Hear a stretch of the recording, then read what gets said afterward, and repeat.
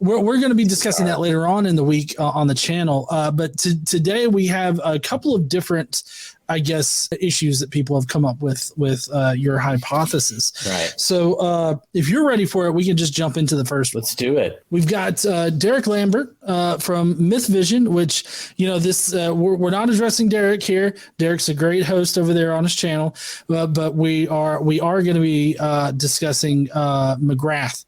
James McGrath, which you've blogged about. Actually, you've got an extensive set of blogs about McGrath. So I'm very interested. Yeah, he says a lot of false things in a lot of places. I find it very annoying. Similar to a lot of Christian apologists. I think he's more on the liberal side of argumentation, but he's definitely argues like a Christian apologist. And so, I take issue with a lot of the things that he said, unrelated to this subject, but on this subject as well. But like tons of other things.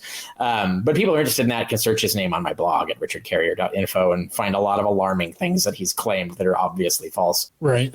Yeah. So we're going to go ahead and jump on into this, and people are not going to be surprised by who sparks this conversation. But to dive into something you brought up, your teacher, James Dunn, is known for showing that pre-existent Jesus teachings aren't necessarily what Paul was saying. And that leads me to the first super chat from my buddy Neil, Gnostic Informant. Is there any evidence whatsoever of any pre-existing angelic Jesus before Paul from any Jewish tradition?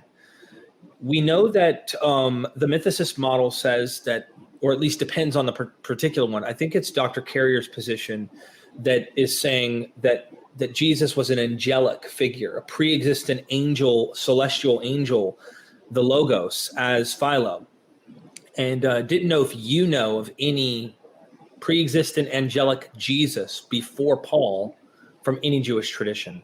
It's a good question. So I first wanted to ask you, do you think that that's a pretty well-formed question? No, already he's disingenuously framing the question, right? This is a classic lawyer leading question, fallacy of leading question. The question isn't really whether the name was already Jesus. One could argue that too. But when he's talking about Dunn, for instance, he introduced it with Dunn's argument, and it would be Dunn in argument with Hurtado and Ehrman and so forth. There's a lot of scholars who argue the opposite of Dunn, which is that yes, that Jesus was a pre-existent angelic being. The debate really is whether did anyone identify that angel by the name Jesus before Christianity came along? And so, which I completely accept as a valid debate. But what he's asking here is making it seem like that's the only thing we're talking about is, was it named Jesus, right? And so that isn't really the question. If you're talking about the Dunn argument, we're talking about a completely different thing. And it's not the question of whether it was named Jesus, but just the question of whether there was a pre-existent being that Christians thought Jesus was the incarnation of. And that's a different question. So because the question has been asked misleadingly, we have to be a little fair to McGrath here because we're not exactly sure what question he thinks he's supposed to be answering. And so he might give one answer that's an answer to that question, which is different from the question I think one should be asking him. But anyway. Right.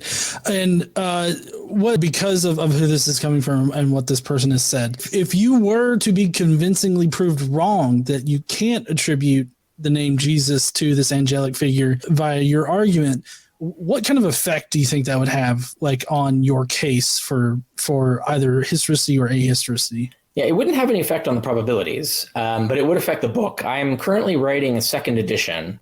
So Sheffield Phoenix has asked me we're already in contract to do a second edition of On the Historicity of Jesus, and rewording this section to prevent the kinds of mistakes that people are making in their misunderstanding of it is one of the things I'm going to do.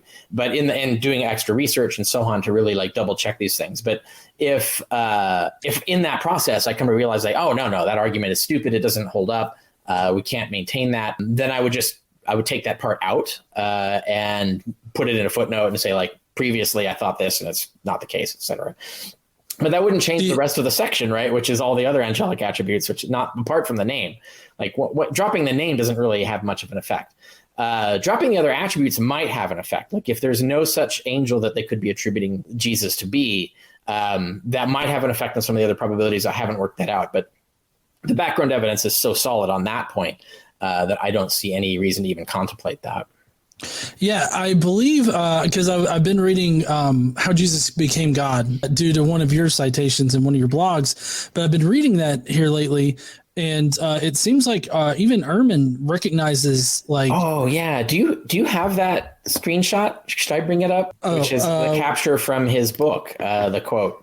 I think we should show people that actually, because it illustrates what I'm talking about. Okay. He's on the side of me on this, not with the name, but with the rest of it. Right. Let me see if I can find that. I'll keep looking for it. You can stall while I'm doing that. Yeah, well, I've got the Kindle version or the digital like Kindle. If you have it already, you can bring it up.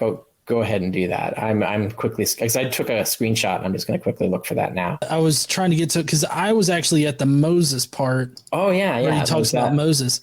Which that's kind of an interesting part too, because I had no idea that that Philo actually thinks, or at least in some portions, thinks of Moses as a divine figure that's given a body, who's sent down to become the ruler of the Jews or the king of the Jews. Yeah. And then once he dies, he's exalted back up into heaven, and which it sounds eerily similar. What we're going to show is Ehrman talking about other books that Philo wrote where he talks about this angel. I quote more. There's like more passages than the ones that Ehrman uses. On the Historicity of Jesus, I cite a bunch of those. If we want to get into that, I've got those screen capped as well. Here we go. I've sized this to where it's kind of cutting off our heads a little bit, but okay, there we go. That's fine. All right. So this is from How Jesus Became God. And this is like page, I think this was on page like 72. Maybe I don't know, I think but Moses is on 85. This is a shot from the Kindle. So, right. But anyway, it's exact from how Jesus became God. And he starts in the first paragraph talking about Philo's idea of the Logos being an entity that was born to wisdom and is actually like fathered by God, etc. But it's the second paragraph that I have all highlighted there, where Ehrman's talking about the same thing I am, and this is it. So he says, Philo calls Logos the image of God and the name of God and the firstborn son. In one place, he indicates that God gives the title of God to his chief Logos because the Logos is God and God is God. Philo sometimes speaks of two gods, and in other places speaks of Logos as the second God. But there is a difference for Philo between the God and a God, and for obvious reasons, and Logos is the latter. So they're not identical. This isn't the Nicene Creed. This is what's called emanation theory. This is a common Jewish theology at the time, which is that the archangels were all like emanations of God. So they like share in the participate in the entity, the essence of God, but they're not identical to God. They're like agents of God, little parts of God, basically. Think of like limbs or whatever of God. So they're not identical to God, but they are God-like because they have all the powers and properties of gods as pagans would understand it. And he says, Philo sometimes maintained that the Logos was indeed the angel of the Lord, and the angel of the Lord is the one who does all the was believed to do all the appearances in the Old Testament. So like in the Hellenistic period, Second Temple period, Jews started reinterpreting passages in the Old Testament so that the burning bush, for example, or the incident where Jacob wrestles with God in the street, right? Like there's these instances. And then there's one where Moses sees the backside of God, like he sees God's naked ass. Like these are in the book. I'm telling you, they're in the Old Testament. So there's a lot of these, like people see God or interact with God physically. And the Hellenistic period, they reinterpreted God as some sort of like abstract entity that exists up in the seventh heaven and never deigns you can't look at him because it would like burn you up. And so you can't like interact with God. He has to have intermediaries, and that's the point of angels. And so they reinterpreted these passages as the angel of God, which later was called the Metatron, which speaks for God. And people who know the movie Dogma will know this because the angelology in Dogma is actually correct in that movie. So the Metatron is like speaks the voice of God and appears on behalf of God so that you don't die when you see God. And so the burning bush was the angel of the Lord. And the angel of the Lord is the one that goes and kills everybody when God gets mad, right? It says the angel of the Lord to kill people. The person that Jacob wrestled in the street was the angel of God, and so on. And so Philo thinks this angel, the firstborn son of God, the image of God, the creator being, and all of this stuff is the angel of the Lord, the Logos, and so on. So all of this stuff existed in Jewish theology before Christianity even borrowed any of this stuff. So when you see Christians borrowing this stuff, they're not making it up. Like this is stuff they're getting from standard Jewish theology. Like it's even the Gospel of John, John 1, nothing in there is contrary to Philo. It's all straightforward Jewish theology. And people often forget that, like, because apologists want to push John 1 as arguing for the Trinity concept, but he's not, because there's a key word in there where he says that the Logos was God, past tense, right? And that's a really key important thing to mention there, because when he comes down as Jesus, he's no longer God, right? It's the future from the time when God was all things and all things were in God. But then God started emanating pieces of himself into archangels and then tasking them with things like creating the universe.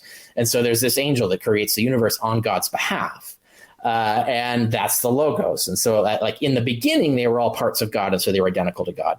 But then they became angels. Then they created separately as separate entities. And so the incarnation in John is still, it's not identical to God. It's a piece of God, you could say, but it's not identical to God. Jesus is this archangelic entity, this Logos entity. And we can see evidence in Paul that he believed this already. Even though Paul never uses the word Logos, he assigns all the same attributes that Philo assigns to the Logos. So we know he thinks that this is the same angel that Jesus is. So the question is that they think Jesus became incarnate. And so the question is, do they think this was an actual historical guy that was the descended angel become incarnate?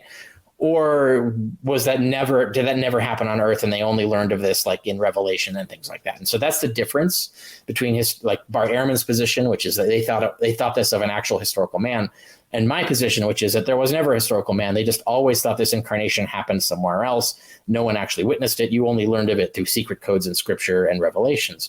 And so that's the only real difference between Ehrman and myself, apart from the fact that I think that Philo already recognized that Jesus, which means Savior of God, was already the name of this angel. And that's my argument. And that's in my book. And I explicitly paint it out there as an argument. It's something to infer, not something that's an established fact. And so those are the only two differences between me and Ehrman on this. So it'd be interesting to see now what McGrath says when we get to that. Yeah, there is one. So now, normally for conversations like this, I wait until the very end to do super chats. So if you got a question for us, specifically for Dr. Carrier, you want to challenge us a little bit, definitely send in a super chat and ask us. We will be answering those at the end. But in order to make sure that we answer it, you need to do a super chat. But there is one that I wanted to cover right now because it's very topic oriented. The Yellow Stoic asks, did Dr. Ehrman change on this point despite Carrier's Wikipedia page still listing it as a point of criticism? I never read my Wikipedia page, so I don't know what's there. I don't know who puts things there, edits them, or whatever. It's gauche to edit your own Wikipedia page, so I don't do that either. So people who want to go edit it are welcome to, as long as they do it honestly and make it true. Yes, there was a time when Ehrman criticized me for taking this position. And even though my position is taken by numerous scholars, there's a huge peer-reviewed literature that's on my side on this, that was actually, I'm responding to, that I actually cite in my book. Like I'm building on that research, right?